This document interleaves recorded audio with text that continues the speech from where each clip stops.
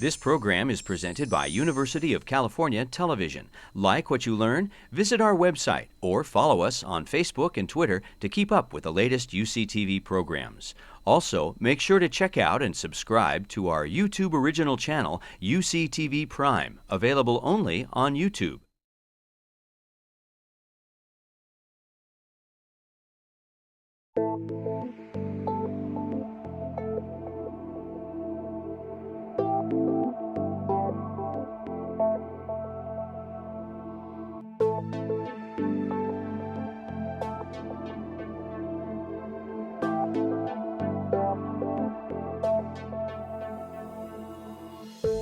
It's my pleasure to introduce Michelle T today. I've been getting a bit frazzled over the past few days trying to compress all of Michelle's accomplishments into a very small space.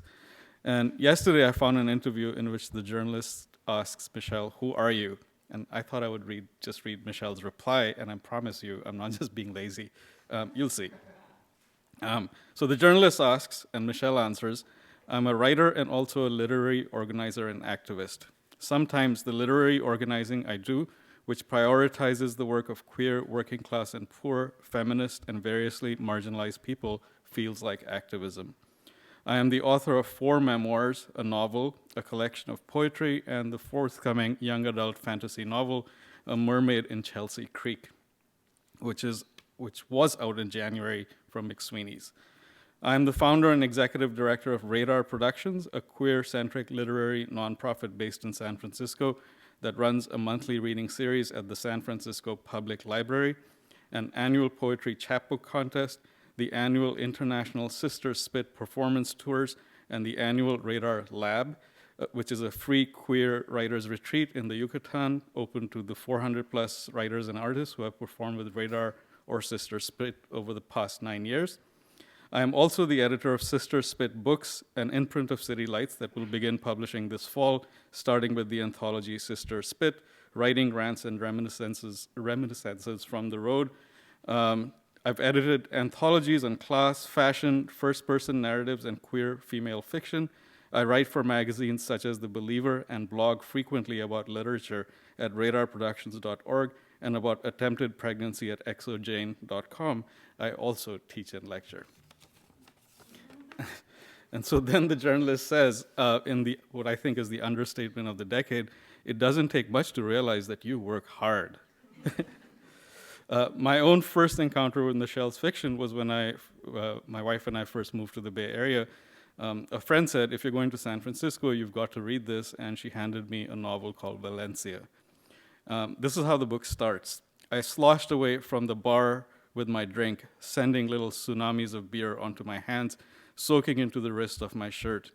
Don't ask me what I was wearing. Something to impress what's-her-name, the girl I wasn't dating. She had a girlfriend, she didn't need 2. She needed someone to sleep naked with and share some sexual tension, and for that position, I made myself available. Apparently, it was a temporary position. From this irresistible beginning, the protagonist, who also happens to be named Michelle, takes us on her adventures through the mission, which involve a colorful cast of Michelle's lovers, exes, friends, and flings. The writing is vivid, deliriously, and wonderfully alive.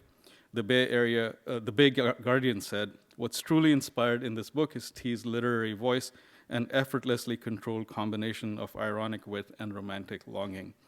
The book won the Lambda Literary Award for Best Lesbian Fiction that year, and my vision of San Francisco is forever through the lens of that book.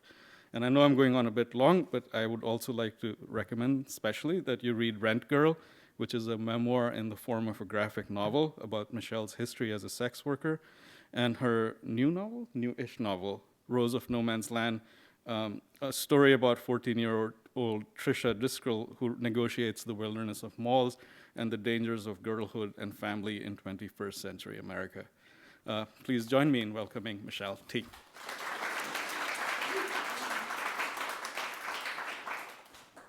Hi, everybody. Thank you for being here. And thank you, Vikram, and thank you, Beverly. I don't really get to perform in such grand environments that often, so I really like being here. I'm reading from my computer. And I'm going to read, I guess it's a sort of essay or a narrative or something that I wrote recently. I've only read it once. I don't know where it's destined to end up, but it's called Dire Straits.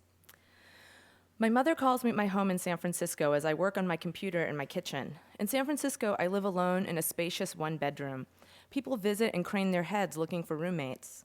My monthly rent is more than I've ever paid, but only $300 more than what I formerly paid to live with three 20-somethings, a bartender performance artist, a banker drag queen, and a student. I decided to move out when I found our fridge filled with sickly, shriveled houseflies. They moved slowly in the cold among the leftovers. I realized they must have been born there, and that baby flies are maggots. I was 39 years old and feared that if I celebrated my 40th birthday there, I would have a crisis. So I moved. My mom calls me from the lanai of her own home in Florida. She lives there with her husband. Because my mother is a graveyard shift nurse and her husband suffers from a disease that makes sleeping difficult, their bedroom goes mostly unused. They take turns sleeping on the puffy fake leather couches in the living room. They sleep before the blaring television, always tuned to Fox News, though neither are Republican. The television doesn't seem to bother them, nor do the cups of coffee they drink like water throughout the day. Their circadian rhythms are so busted from overnight work shifts and round-the-clock naps that neither coffee nor hysterical blather have any effect. My mother tells me that they've moved the futon from the spare room into the living room and are trying to sleep together again, there on the floor, between the couches and before the TV. Her husband's disease, a spinal cord pocked with holes and stuffed with cysts, makes it hard for him to get out of a normal bed, but a futon on the floor is manageable. They haven't slept together in a very long time and seem to be excited, though he has already rolled off the bedding, bruising himself. Oh, I love everyone who's laughing. Thank you. It's such a total bummer, this whole piece, so feel free to laugh. I leave my computer when my mother calls and lay down in my own bed to talk to her. My own bed is a very firm mattress sunk into an antique French headboard carved with an argyle pattern and also with flowers and ribbons and birds. My room is filled with light. My mother tells me her husband is probably experiencing the beginning stages of congestive heart failure. They're not sure.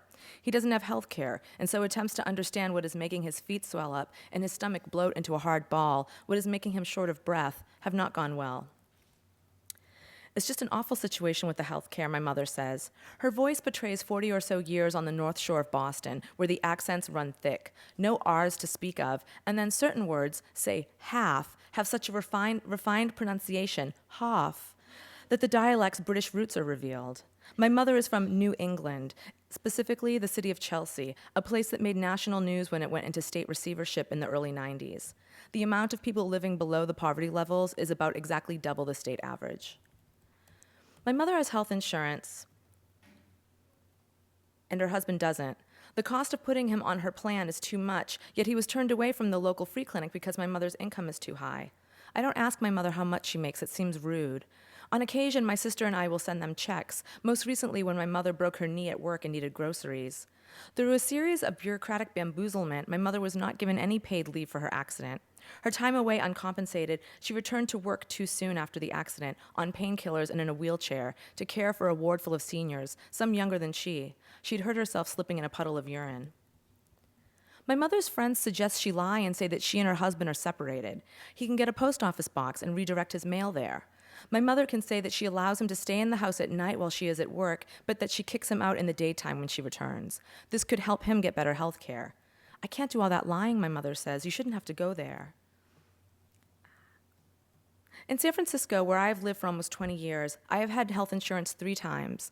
For 1 year while working at a housing clinic, facilitating the lead removal from low-income apartments in the Tenderloin. For 1 year while working at Mills College teaching fiction.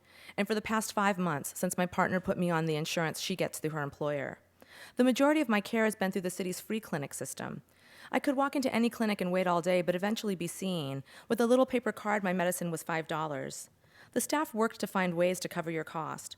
Though I was a lesbian, for years my annual gynecological checkups were covered through a federal family planning fund. So the nurse would be like, "Are you using birth control?" And I'm like, "I'm a lesbian." She's like, "You're using birth control." I was like, "Whatever, man. Just give me a pap smear." The free clinic closest to my mother and her husband is open, but 1 day a week, on a first-come, first-served basis. My mother's husband was just rejected for Social Security benefits for the 3rd time in a row. She says that having more than a high school education worked against him, as well as how much money he'd made the year before he got sick. Both my mother and her husband attended the School of Practical Nursing offered by the Soldiers' Home in Chelsea, a vet's hospital. The program is free and you work at the home after graduation. My mother graduated when I was 9 years old, then promptly divorced my father. I often think of that program as a way of giving the city's many uneducated women in bad marriages the tools and the income to get out. It was while working at the home my mother met her husband. He was an orderly with homemade tattoos on his fingers and an earring. She was scared of him. They married a year after her divorce, and within another year, he too attended the Soldiers' Home and got his LPN. My mother has continued to work in geriatric nursing, even though she has dreamed of being a pediatric nurse. The extra year or two of schooling needed to get her RN, with its attendant pay scale and increased opportunity, has been disregarded. My mother has said she doesn't want to be like those people. What people, I cried. People who make more money? People who live more comfortably? They think they're better than everyone, my mother said, and plus, I'm too old to go back to school. My mother had tried and failed to get a part-time job at the Big Lots near her home. The management feared she would be bored with such work. She dreams of working at a bookshop or as a Walmart greeter. Before he became sick, my mother's husband was promoted to manager at the assisted living facility he worked at. He had to report to work in a tie, which disturbed him. He was asked to overcharge the patients from wealthier families to make up for the economic drag of the poorer residents. He was also expected to discipline the staff, his fellow nurses and aides. He quit. My family is not cut out for positions of authority. Having spent too much of their lives resenting those in charge, the transition into such a role is psychologically impossible. For years, I thought that my own raging against the upper classes, my resistance to bettering my standing, was a punk Marxist stance born of my own moral spirit. It wasn't until I was in my 30s that I realized I was parroting everything I'd heard in my home my whole life. After leaving the management position, my mother's husband found work as a home care nurse. He would drive to different housebound patients, administering medicines and routine care. Apparently, he was a favorite. Both he and my mother are proud of what good nurses they are. My mother has told me the first thing she does when she gets to work is wash her patients' eyeglasses with warm water and soap, an image I can dwell too heavily upon when feeling especially sorry for her. The tenderness and the duty of it strikes my heart. Both my mother and her husband talk to their charges like normal people, like equals. They treat them with compassion and respect. They possess a certain snobbery about having received their training in New England, in Boston, my mother will stress, not in Florida or any of the other podunk regions where her co-workers were certified. My mother did internships at Brigham and Women's Hospital, at Beth Israel. A New England healthcare education is world class. My mother's husband began to chafe against his job. He did love the freedom, no one breathing down his neck, alone in his truck listening to Aerosmith on his way to the next patient, goofing and palling down while administering care.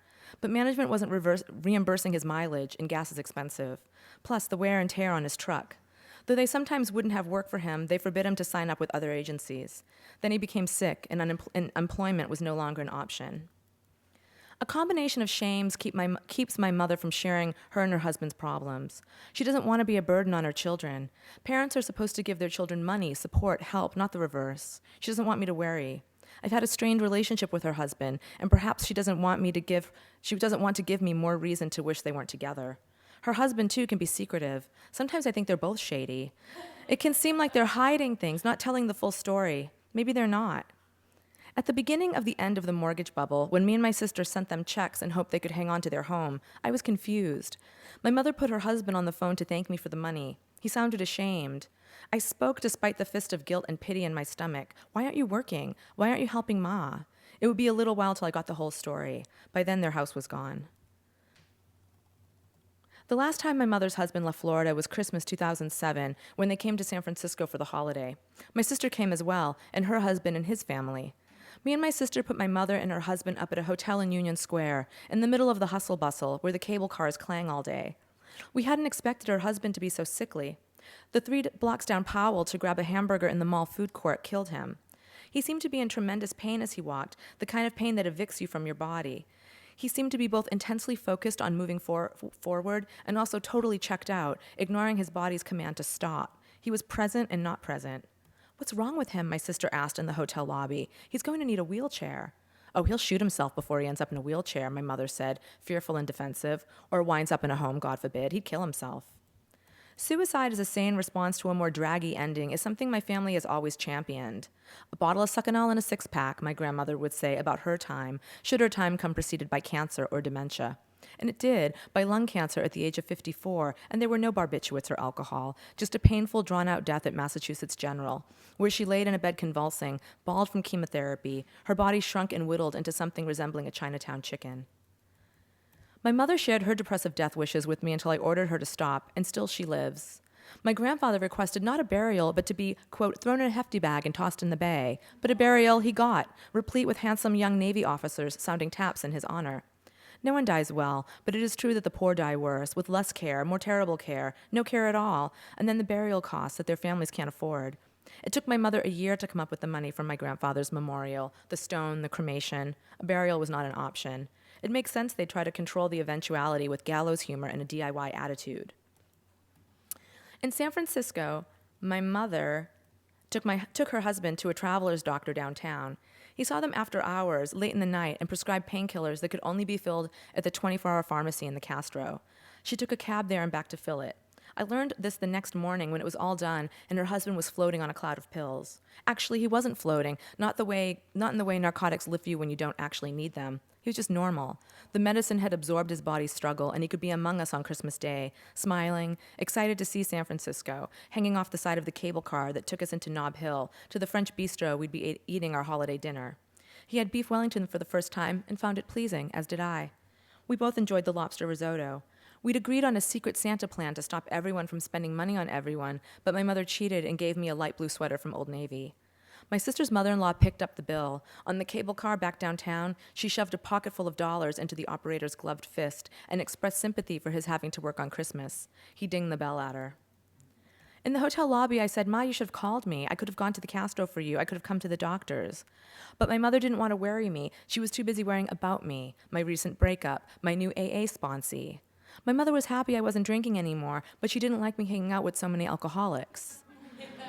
Her husband is an alcoholic as well, though he hasn't taken a drink since the early 90s. He went to AA for a moment to get his footing, but all the talk of God and the members' dependence on the meetings bugged him. On the telephone, my mother tells me that their car broke down again. She laughs when she tells me, though it isn't funny. My mother has a peculiar tic wherein she laughs broadly while delivering bad news. It used to drive me crazy. "Why are you laughing?" I'd ask.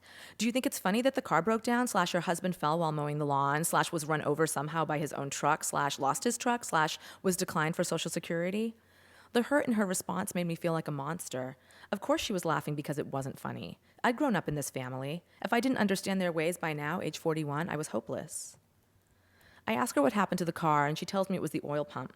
The good news is the oil pump is new, less than a year old, and therefore under warranty. The bad news is she has to fix whatever broke the oil pump. The badder news is that the car has been in the shop going on 4 days, and she's having to take a cab to and from work, a city or so away. "Do you trust your mechanic?" I ask her, because her car is always breaking down. My sister has a theory about their car always breaking down. The theory is that my mother's husband is a secret drug addict. No longer with an income of his own, he has rigged up a situation with their car mechanic, who would have to be a drug dealer in order for this theory to operate. The theory is nothing is ever really wrong with the car. It's just a cover for my mother's husband to get money to the drug dealer for pills. Before my mother's husband stopped working, when he was a home health care nurse, always on the road, my sister had a theory that he was actually seeing prostitutes. My sister's theories sound far-fetched, but similarly outrageous theories in the past have proven to be true. "We're going to a new mechanic," my mother tells me. "That last one, he's a nice guy, but he makes too many mistakes." My mother pauses, feeling a bit guilty for judging the mechanic. "But then, the car is 20 years old. It took all the money I'd saved to visit your sister, so she's going to have to feed me while I'm there." All we want to do is feed our mother when she visits and buy her things, as if we could somehow save her with tuna sandwiches and hamburgers and tchotchkes from the Disney store. But she is our mother, and all she wants to do is take care of us, paying for our lunches and dinners, and buying me cast iron pans and glittered silicone spatulas from the fancy kitchen shop by the water. It is hard to accept things from my mother, but to refuse them robs her of her dignity, her desire to be a mom taking care of her kids. It would take from her the feeling that all is right with us, that our family demonstrates the natural order of things. Parents take care of kids. Kids don't take care of the parents, not until they're very old anyway, and even then, you inherit something, don't you? My mother and her husband make ridiculous decisions with money. The way that she came into any at all was from throwing her back out at work in the 90s. Her settlement was enough to buy a house where they lived in Massachusetts. Soon after, my sister and I confronted my stepfather about his creepy behavior while we were younger. The family fell apart for a while, which my mother dealt with by maxing out her credit cards on trips to Disney World. Her husband became a certified diver and took trips off the Keys, swimming with whale sharks. Eventually, they decided to live inside their vacation and moved to Florida. She sold her home to her husband's brother at a deep discount, not bothering to try to make any money on the sale, let alone get what they paid for. Her brother-in-law struggled with a lazy wife who wouldn't work and 2 teenage boys. Plus, the houses in Florida were cheaper. About a year after they moved, the brother-in-law sold the house at a profit and joined them in Florida. The house he bought was bigger and had a cage pool. When a hurricane ripped apart their town, my mother's house was spared, though she was traumatized by the experience. The windows on her floor of the managed care facility had imploded, spraying glass across her patients. The tornado in the parking lot created an otherworldly atmosphere that popped her ears and sucked the elderly toward the hole in the wall. She found her staff, a group of CNAs from Trinidad, holed up in a nurse's lounge, holding hands and crying out to Jesus, and ordered them back into the ward. When she returned home, her house was so obscured by fallen trees she thought it was gone. She cried with relief to see it wasn't, and she cried for the next month, erratically bursting into tears at the Home Depot, buying a flat of water, or talking to me on the phone from her home, a dark and oily place, powered on generators, the windows boarded, fans replacing air conditioning, weakly trying to push the Florida swamp out of their home. When a man came around offering to haul down trees out of their yard, she paid him up front for 3 days' work. He was a stranger, but he had a little girl with him and seemed like he needed money, and she felt bad. She gave the little girl lemonade. The man worked for half a day and never returned. When my sister got married, my mother's anxiety about the cost of the wedding consumed her. She decided to sell the lot that came with her house. It didn't matter that the wedding was paid for or that her plane tickets and housing would be taken care of. She wanted to help. She wanted to buy a dress and pay for lunch the day after the wedding. The possibility of a sale rose and fell, rose and fell. "Do you know about Joseph in the ground?" my mother asked me. European Catholic nuns once buried statues of St. Joseph in the ground outside property they wanted for their convents. Now people buried statues on their own property when they hoped to sell their homes. She'd purchased a Joseph in the ground kit from a Catholic supply center and dug him into the wild lot beside her home. She signed off on a fast sale, less money than she could have gotten had she waited, but the wedding was coming. My sister tried to block my mother from spending any of the lot money on the wedding. She wanted her to put it in the bank. "Do you have any savings at all?" my sister demanded. "How are you going to take care of yourself when you retire? We're going to have to take care of you." My mother bristled. "Retire? I'll work till I die," she snapped. "You're not going to take care of me." I told my sister that she needed to let our mother pay for her lunch. "It's important to her," I said. "She needs the dignity to make her own decisions with her money." My sister's therapist said this was true, and so my mother paid for the lunch. My mother's husband's medicine runs her $400 a month. It is harder and harder for him to get his prescription filled, as their region of Florida is plagued by pill mills, illegitimate pain clinics staffed by doctors who will prescribe morphine and OxyContin to addicts. Morphine and OxyContin are his medications. The pain clinics have become tiny police states, with all patients presumed guilty, addicted, by the cops who patrol and raid the places. Squad cars idle in the parking lot. My mother is not allowed to wait there for her husband. Waiting in the car is prohibited. Because he's not insured, her husband can get his prescription at the pain clinic, but he can't get it filled there, as they don't take cash. He goes to the pharmacy at Walmart, but they are clean out of narcotics. He finds a private pharmacist that is scared to take on a pain pill client. My mother's husband talks him into it. I think about writing about what my mother's husband is going through in order to get his medicine and ask if I can talk to his pharmacist about it. His response is terrified. "Oh, no, he says on the phone. He won't talk to you, and he'd stop filling my prescriptions." "I don't understand," I say. "Nothing illegal is happening. Why is he so scared? Why is it so hard for you to get your meds? Why do some people have really, really hard lives while other people's lives are easy? Why don't I have a degenerative spine disease?" My mother learned from another friend in Chelsea that 3 other men of her husband's generation have strange spinal disorders. They all grew up in the same neighborhood, a series of streets that dead-ended into a large waste dump. "What are you going to do?" my mother says, and it's not a question. It's just what's going on. She's talking about her husband's body, the swollen feet and belly, his trouble catching his breath. It is what it is. But we don't know what it is. Could it be the meds? I wonder if they're not bothering his liver, my mother wonders. Your liver, your heart, your lungs, they all coincide. My mother and her husband are the least healthy healthcare professionals on earth. They have done nothing to supplement the education they received in the 1980s. They chain smoke and have resigned themselves to the deaths they'll be rewarded with. My mother reacts with fury against the anti-smoking legislation popping up around the country. When she arrives in California, she's not allowed to smoke outside the airport. In San Francisco, she cannot smoke in parks. Before you know it, they won't let you smoke in your own house, she rails. "Mom, you're paranoid," I said. "People just don't want to breathe in cigarettes. It's gross." "I know," she says, slightly ashamed. "It's terrible." her addiction butting up against her desire to make everyone happy or not make anyone mad. Her husband has a high white blood cell count. What does that mean, I ask. How did you find that out? When we went to the free clinic and they told me I made too much money, she scoffs, they handed him an inhaler and sent him home. How is he doing today? He's down in the dumps. Her husband has been depressed about his condition, about his inability to contribute to their life. To compensate, he'll mow the lawn or take on a chore beyond his ability, resulting in falls and increased pain. He'll burst into tears, afraid that she will leave him. For years, my sister and I have wanted her to leave him. Now, if she leaves him, he'll die. If his feet swell up bad again, we'll go to the emergency room, she tells me. He's not in dire straits, like I need to call 911 or anything. Dire straits is something my mother will say a lot. They're waiting for him to reach this level to bring him in. But I wonder if they are able to accurately recognize what dire straits looks like. To me, they have been in dire straits for quite some time. What does the bottom look like to them? His feet came down some once he put them on pillows, she explained. They were so red and shiny. It is hard for my mother to explain a situation in a straightforward manner. I think she is in a state of perpetual overwhelm. Why are there fluids in his feet, I ask her. It's a congestive heart failure thing, she says. The heart's not pumping and the fluids pool in the feet. I noticed Thursday or Friday he took a shower and came to sit down. I said, you don't look good. He was huffing and puffing.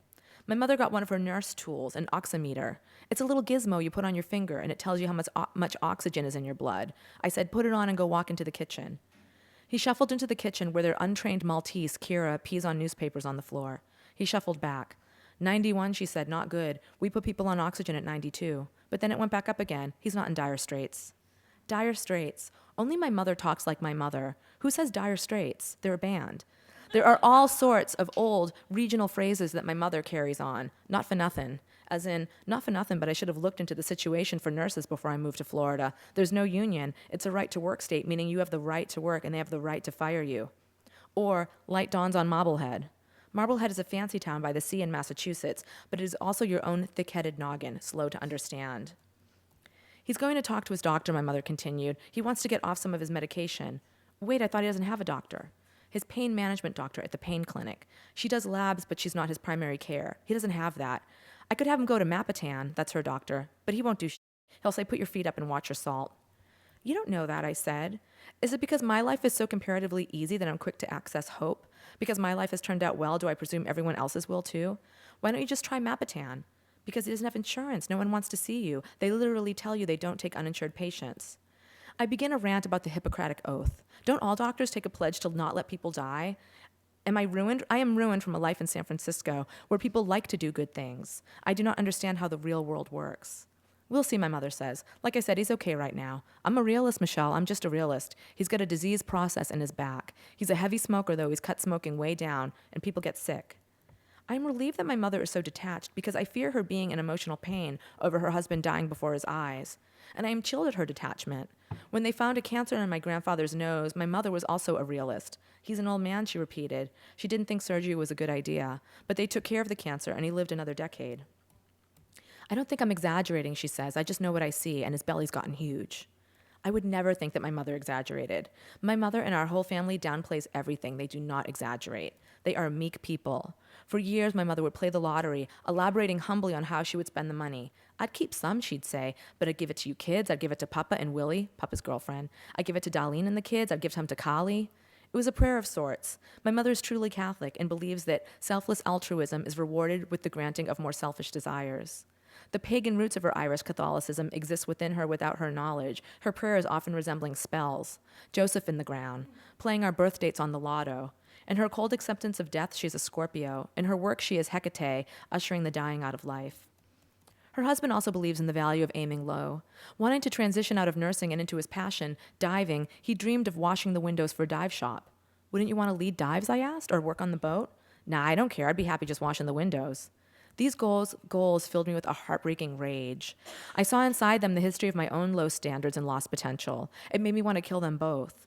That was before he got sick, when I spent the visit researching universities that had programs in marine anthropology, registering him for information. He wanted to study shipwrecks. Why would I think someone satisfied with washing windows at a dive shop would have the wherewithal to enroll in university? I hadn't even had such wherewithal, had not attended university. This was once their fault, but at this point, it's my own. My mother is explaining her husband's body to me. It's just that your heart doesn't pump right, so the fluids in your body, instead of moving it, stagnates. You got valves in your legs that pump the blood back into your heart. What is the fluid? blood, plasma, lymph, fluid. Your blood isn't just blood. What does he want to do about his meds?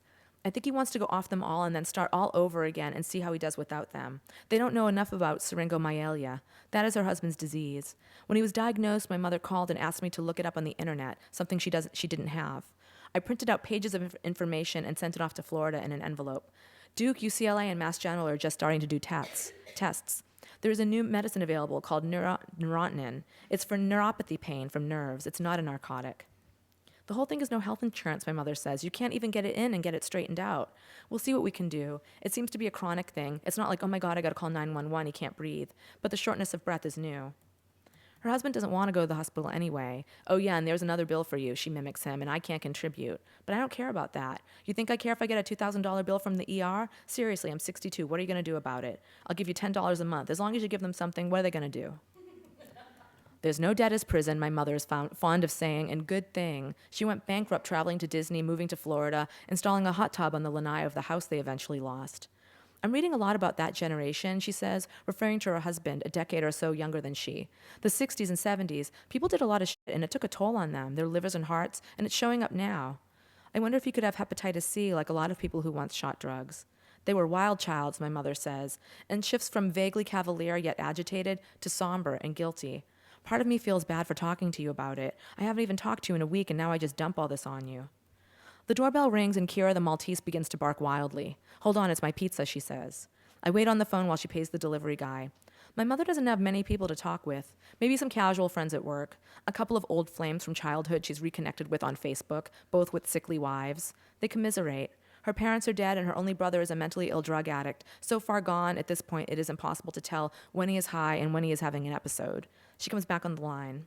I think you need to talk about it, I say to her, and she says, I guess I do. We have confusing boundaries, my mother and I. I have forbidden her from sharing so much of her pain with me because I didn't want to hear how she wanted to die. When I wouldn't speak to her husband, I didn't want to hear about how hard it was for her. Maybe it's hard for me not to have a family, I lashed out, to have had a peeping Tom stepfather. Now she shares this new trauma in a stop-and-go mode, bursting with it, then sheepishly backtracking. But I think it's okay for her to talk to me. My mother's pizza is getting cold. She has to go and eat it. I love you, I tell her, and she counters with, I love you more. It's what she always says. Kisses and hugs, she sings songs, and makes a bunch of squishy kissing noises into the phone, and hangs up. That's it. Thank you.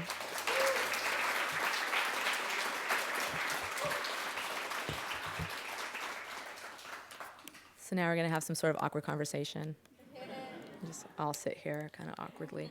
I run a reading series in San Francisco, and it's at the public library, and half of it is the reading itself, and then the other half of it is a Q&A, like a conversation with the audience.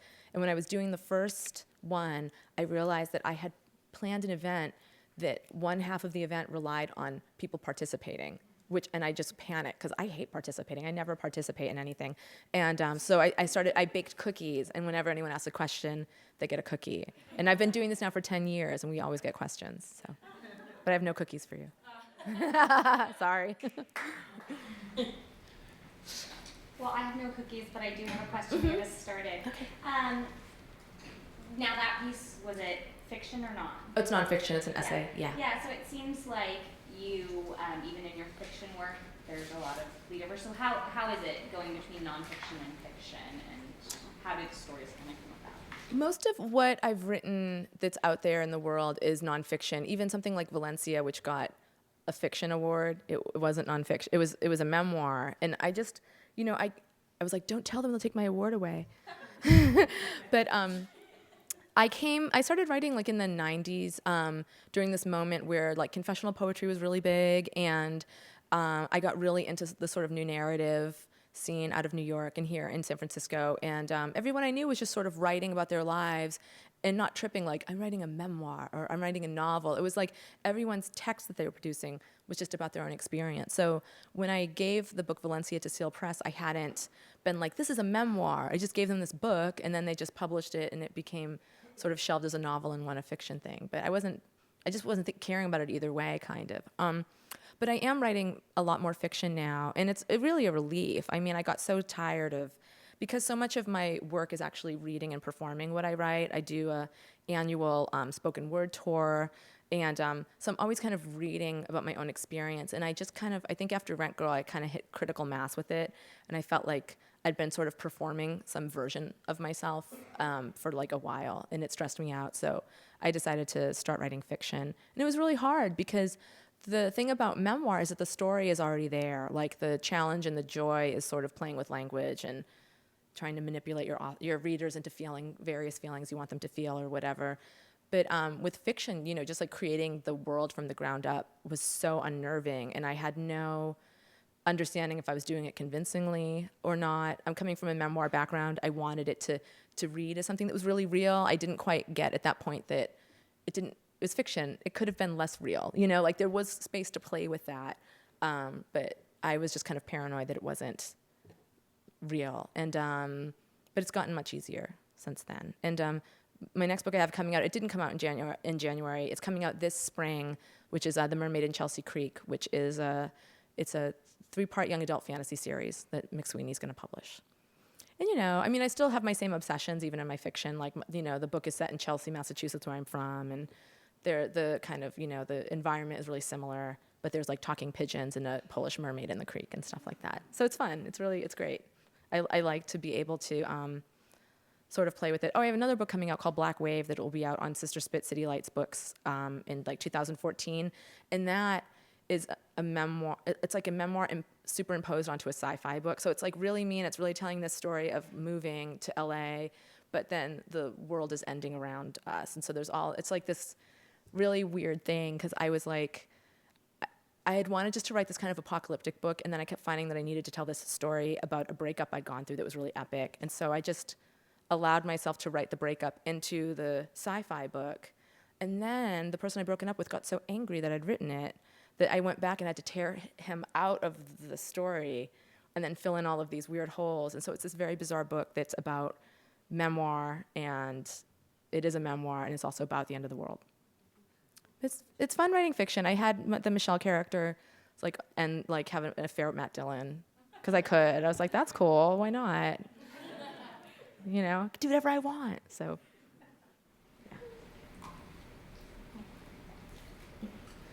So in writing nonfiction, when you need to express a relationship that you have with someone close to you, someone personal, I think that's mostly what makes stories good for me, is having these really deep relationships where you can express a relationship on a level that most people don't even communicate to each other when they have that relationship. So it seems dangerous to sort of out those relationships in nonfiction work, and I've experienced this at least once with one of my friends that I added in one of my stories, and it sounds like you had it with that guy or woman you broke up with. So how, I don't know, is that scary? How conscious of that are you when you're writing a story about how much you actually want to express about a relationship, about another person, and your view of that person within the work? I think that while actually writing, I think it's good to not be conscious of it at all and just get the story out. And then whatever sort of hiding or, you know, or removal that you feel like you might need to do for the sake of relationships, you do that during the editing period.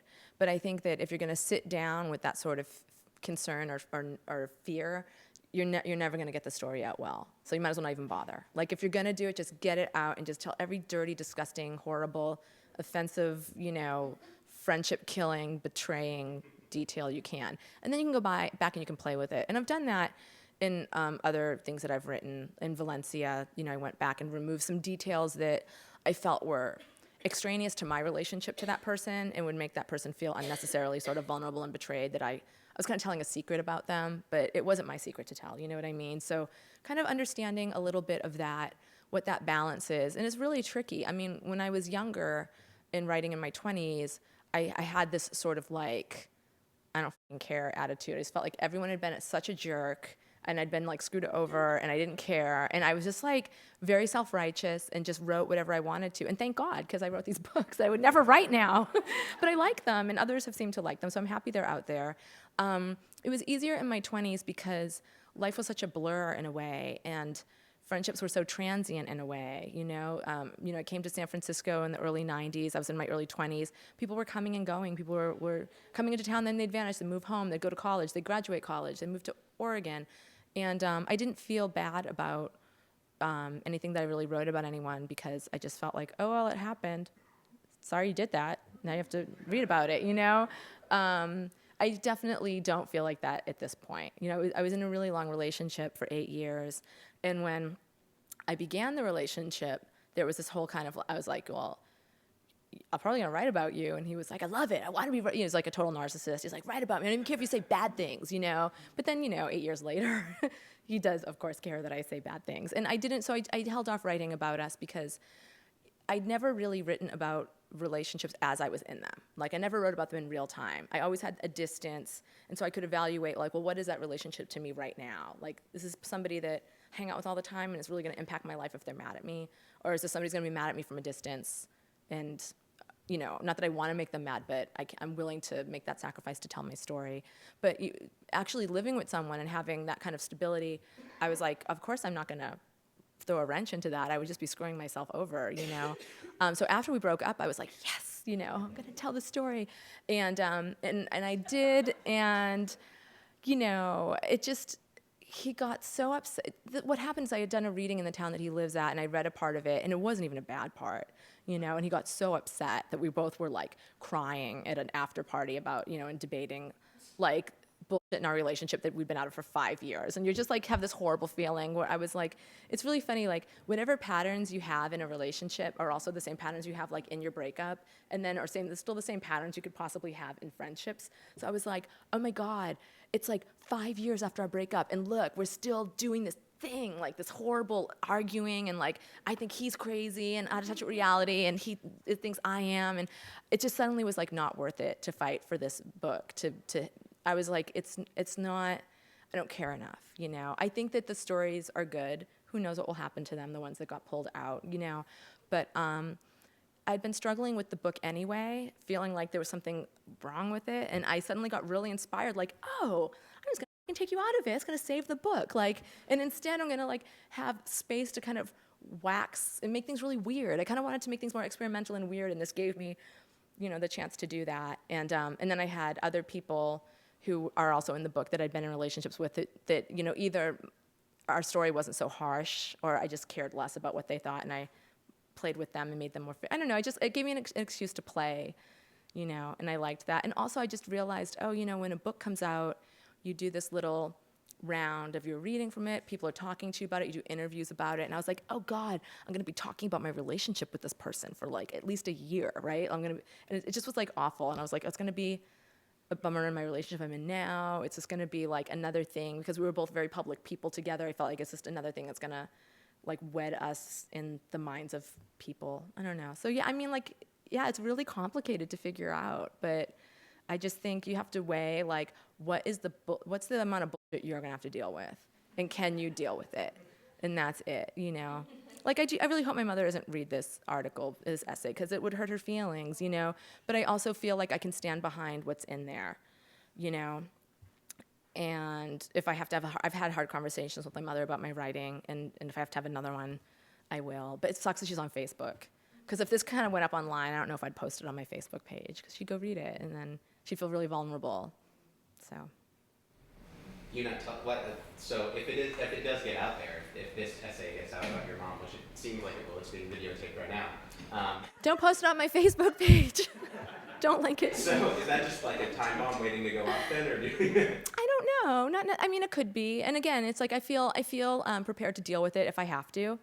But I'm gonna also do what I can to kind of prevent it. Facebook is that's the danger right there. Like I'd written an essay that I read at MoMA, San Francisco MoMA, for their 75th anniversary, and it was just another thing kind of about my family culture and about like what art was in my family, and it's just honest, and I'm sure their feelings would get hurt by it, even though it's honest. I wasn't trying to be, not being like they're stupid, but I'm just that they would probably make them feel a little bit uncultured.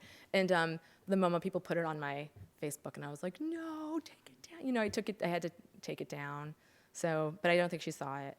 A lot of times I think she just likes things of mine and doesn't even look at them. Like, she's just like, excellent, you're doing stuff. Yeah, totally.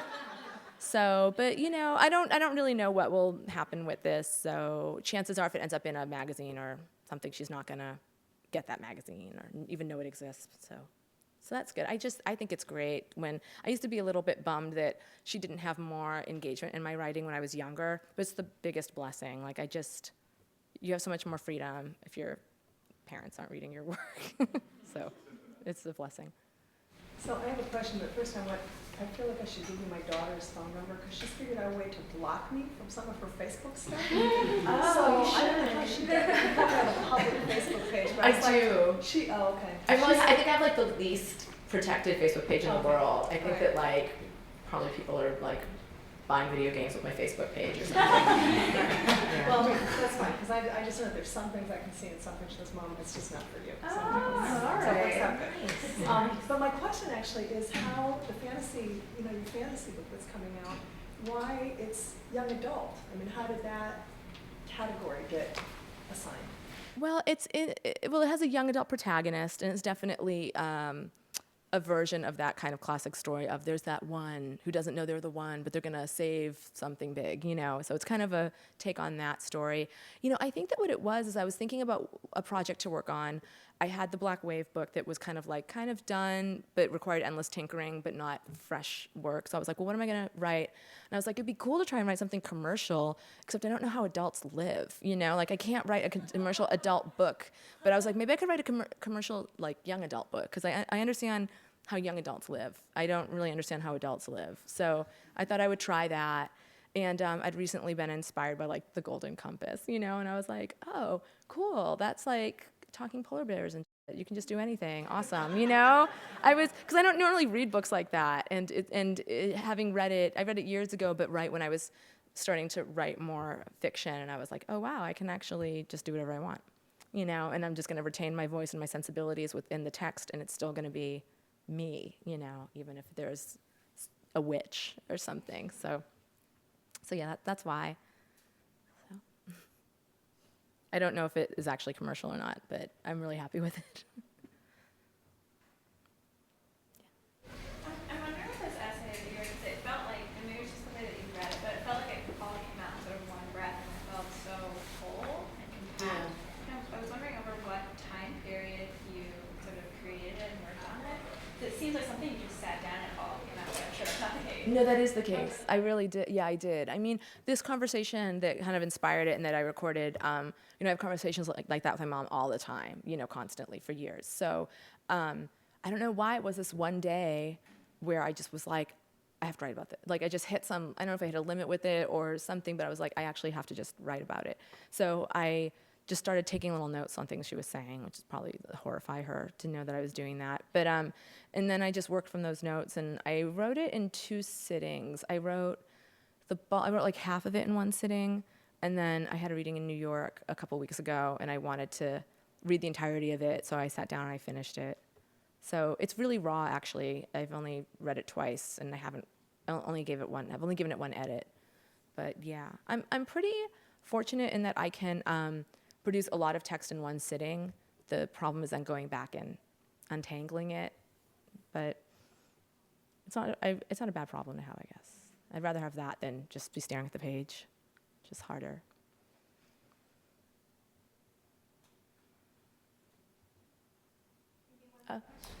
What would be the biggest, then, you're explaining how you can write in one, sitting and get so much out. I've done it before, and it's like, it's really hard to go back. And it's almost like doing a sonnet, or if you mess one thing up, then you have to change everything else about it, like the rhyming, the syllables. It's just like, how do you go back and approach it when you're going to edit something that's so whole? It's really hard. It's really, really hard, right? Reading it out loud actually helps me, I think I gave it another edit after I did the reading in New York, because there were certain things that I was like, oh, that just felt confusing or whatever, or just now I noticed some other things. I don't know. Having editorial help is really excellent, part of the problem with the Black Wave book, which I worked on for a while, is that I did sort of I feel like I barfed the book out, and then it just felt like it was too, but then then it's like, oh, there's so many. It's crazy. It feels like insanity. It feels like I just had a mental episode, and I'm calling it a book, but really I had an episode. That's what it feels like. So passing it to other people, and getting them to read it. I'm working on a book with an agent right now, and our relationship is really new, and she's an agent that will actually work editorially with you, which is I've always dreamt of something like that, because I really do require an editor, because I can produce a lot of text, but I'm too like maximal, you know, like it needs to be cut, things need to be rearranged, and a lot of times when I'm in the story, I can't see clearly what that is. So having people help you, I guess, if you have that problem, yeah, it's challenging. Yeah. A lot of your work seems to be like you have a very strong personal connection because it's about your life in many cases. Is this strong, like personal kind of tether, since you're branching out into fiction, do you find it harder to connect with your fictional worlds because this realness, I suppose, isn't there? Or No, not at all. I really love it. It's really cool. Like it kind of feels like the landscape. Like I don't know if you ever. I have like lots of recurring dreams where I'm in these like cities. I'm always in the same city, and it's not a real city. It's like kind of like Seattle. It's just a city I don't even like at all, or like Chicago. I don't know. But it's like weird. I've had these recurring dreams. Nothing amazing ever happens in them. I'm always like trying to catch a train or get something to eat before I catch a train. And so now I kind of know like where there's that place that I got the really great chicken parmesan, you know? And so it's this weird landscape that I'm familiar with. And so the landscape of the books feels like that also, you know? And I think many writers have this ability to kind of get lost in our worlds, whether it's our own world or the world we're creating. So thankfully, I'm pretty much able to get lost in it. I do sometimes worry that it's either not believable enough, which I spoke about earlier, or that I'm actually so unguarded and so subconscious when I'm writing that I'm actually just writing my own life again, only in fiction. You know what I mean? Like I can trip out on those kind of things, but I think at the end of it, it's its own thing. So, yeah, it's pretty fun. Yeah. Your delivery is very much like your authorial voice. Your presence, the way you speak to us now, seems to reflect the way you write. Has that always been the case? Did you have to struggle to develop that voice that speaks on page? You know, I think the reason for that is because when I really began writing in earnest, it was during this like spoken word renaissance that was happening in San Francisco, and I was writing poetry that was like first person experiential poetry. And so it was this sort of odd performance of what was already there in a way. And I think that's really carried on. And then even when I switched from poetry to prose, I was still, like I never thought I would get published or anything like that. I thought that, and also if I had felt like there was nothing to be done with my writing, I probably wouldn't have done it. So what I did was I brought it to these open mics and to these performances. So I was always writing, everything I was writing, like all of the chapters of Valencia began as discrete, you know, vignettes to be read at open mics and at performances. And so I was considering while writing them the needs of that and of the time that I was like, you know, often reading in bars where people were drunk or there were a lot of like guys, and so you wanted to write things that were like provocative or, you know, really funny or really gross, like really something. And so I think that it just was a good match for, I guess, my personality or my native voice to just kind of like do that. And it's definitely marked the way that I write. So it's almost like as if it's performance art as much as it's writing. Yeah, I guess so a little bit. I mean, less so now, but I think that it has, you know, even something like this, you know, essay, which I was not necessarily thinking of reading out loud. I was writing it more thinking it would wind up somewhere, you know, published. I think that's just my voice now at this point. But what's funny is that in writing the young adult book, it's got a different voice. Like I took this real, like it's, you know, it's in the third person, and I feel like I'm telling a fairy tale to somebody, and it has a different voice. And I was like kind of into it, but scared because I was like, oh, what am I, a writer now? You know, and I'm all like, oh, they walked together down to the creek, you know, and like taking this, it was a totally different voice for me, but I just decided it was the voice that the story wanted, and I went with it. And I haven't read from the young adult book very much, but when I have, it feels really weird. Like I'm so used to this sort of delivery and presenting this sort of material. And even though there's a lot of perks in reading the young adult book in that, like it renders me far less vulnerable. I'm not having to like, you know, expose my family. There's just something so strange feeling about reading like what amounts to basically a fairy tale when I'm usually talking all this smack. So, let's see. Yeah, I'm just so curious. Writers are so, mysterious and enigmatic in the way that they get things done, how they actually manage to get all that out on on a computer or a piece of paper, if you will. And so I'm wondering, what is your personal schedule as far as writing goes? And if you do not feel like writing, but you know you want to, do you have any tips to get yourself motivated for you personally? You just have to do it. I mean, I know everyone wants like the magical, well, actually, if you drink this particular tea at 6 o'clock, yeah, you know, it's like there's nothing magical. You just have to, you know, sometimes coffee works for me, sometimes I get too jittery and it makes me feel crazy. Alcohol worked for a long time and then it didn't work. You know, there's like, ultimately you just need to sit down and do it. I think that the hardest thing is when it's hard coming, it feels like, for me anyway, it feels like what's coming out just sucks. But you don't always know that that's true or not. You just have to write it anyway. That's the hardest part, is just allowing. I always think of like, I haven't read a lot of like how-to writing books, but I really liked Bird by Bird. I think it's great. I love the whole first draft, and if you can just give yourself permission to write something terrible. When I was writing my book, Rose of No Man's Land, it was my first foray into fiction, and I was like, the whole time I was like, I think this sucks. I think this is horrible. And then I just like was making this weird Zen peace with it. I was like, it's my experience in life to write a really bad book. I've been very lucky so far. People have mostly liked what I've written, and now I'm gonna have the life experience of writing a book that everybody hates.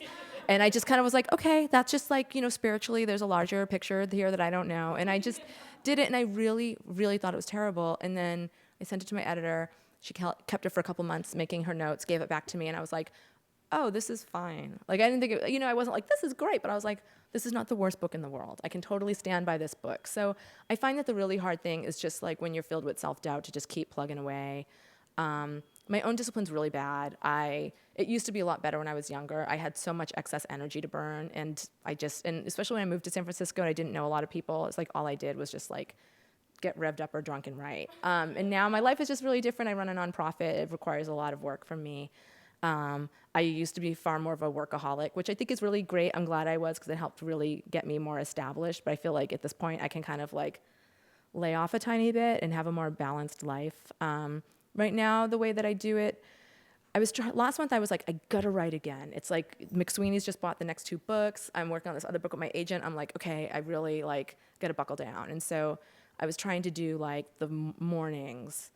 Like, I'm gonna work on my nonprofit in the afternoon and then do writing in the morning. But if I knew I was working on my nonprofit at all, it would just suck me up right from the beginning, and I just didn't do it. So now I just have days that are just writing days, and I'm not doing anything else. And whatever happens, whatever falls apart because of that will fall apart. And today was supposed to be one of those writing days, and I didn't write. But I did the other day when it was a writing day. It's new. I just started it in December. So I'll figure it out. When push comes to shove, I won't miss a deadline, whether that means I have to get up at 6 in the morning or whatever. But just do it. Just push yourself to do it.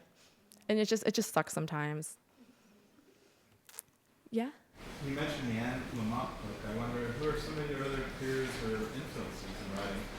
Oh, yeah. I love so many writers. You know, I'm part of a literary community that I get really fed by and that I really enjoy. Ellie Liebegot is somebody who we met in the open mics in the early 90s and have been friends since, and I just love her writing so much. It means a lot to me.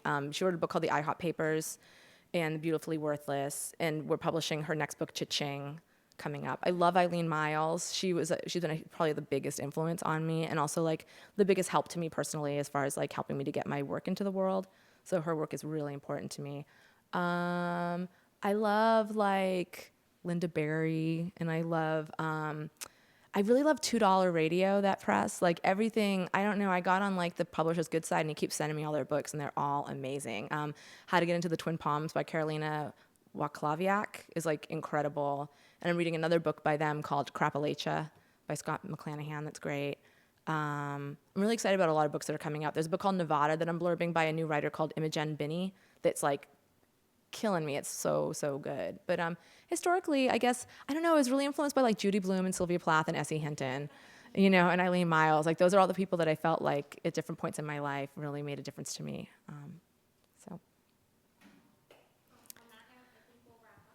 Okay. Thanks, you guys.